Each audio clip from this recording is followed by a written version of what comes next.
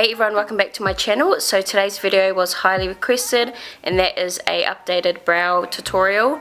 I only have one brow video up which I'd done quite a while ago. I feel like I still kind of use the same technique, but obviously I've gone better at doing my brows than how I used to do them. And even though I use the same technique, I still feel like my brows come out different every day. Sometimes they're thinner, sometimes they're thicker, but this is pretty much the technique that I use. Now first I like to put translucent powder through my brows. This is just to mattify any moisture or oil that's in my brows, and I also find that this helps the product to hold better as well, so your brows aren't coming off halfway through the day. Next I'm going in with this mascara wand, or you can use a spoolie brush, and I'm just going to brush what hair I do have upwards, and this just shows me where my shape is.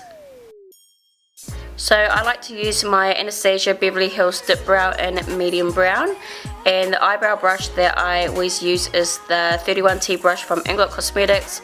It's really nice and thin, which helps me to achieve that very crisp line or outline. So I'm going to start outlining my shape, starting from the bottom, and I'm going to be moving my brush upwards towards the arch of my brow, then again on the top.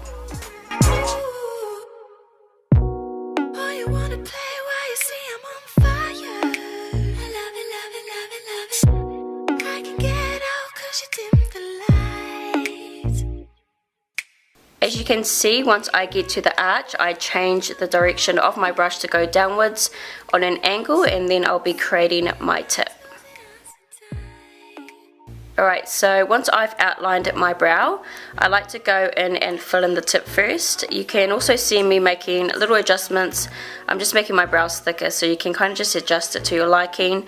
And don't worry about being too precise, because you can clean that up with concealer later on.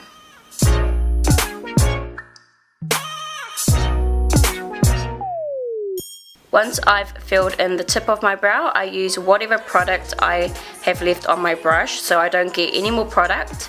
I just use the leftover, and then I start feathering it through my brows. Now the closer I get to the front of my brow, I use less pressure because I don't want it to be dark.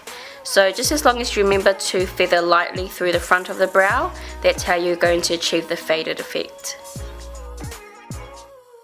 So then I put a little more product on my brush and I start drawing little hair strokes at the front of my brow just to mimic a fairly natural look.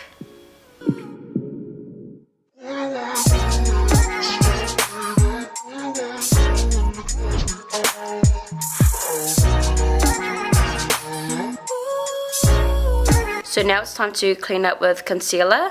I like to use my NARS concealer because it's nice and thick and really good coverage. And I also like to use the MAC Select Cover Up Concealer as well.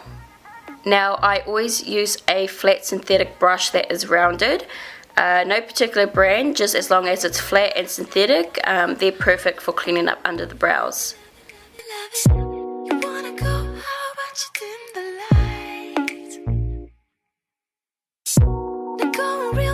So a lot of people always ask how I get my brows so sharp and clean, and it's honestly the concealer.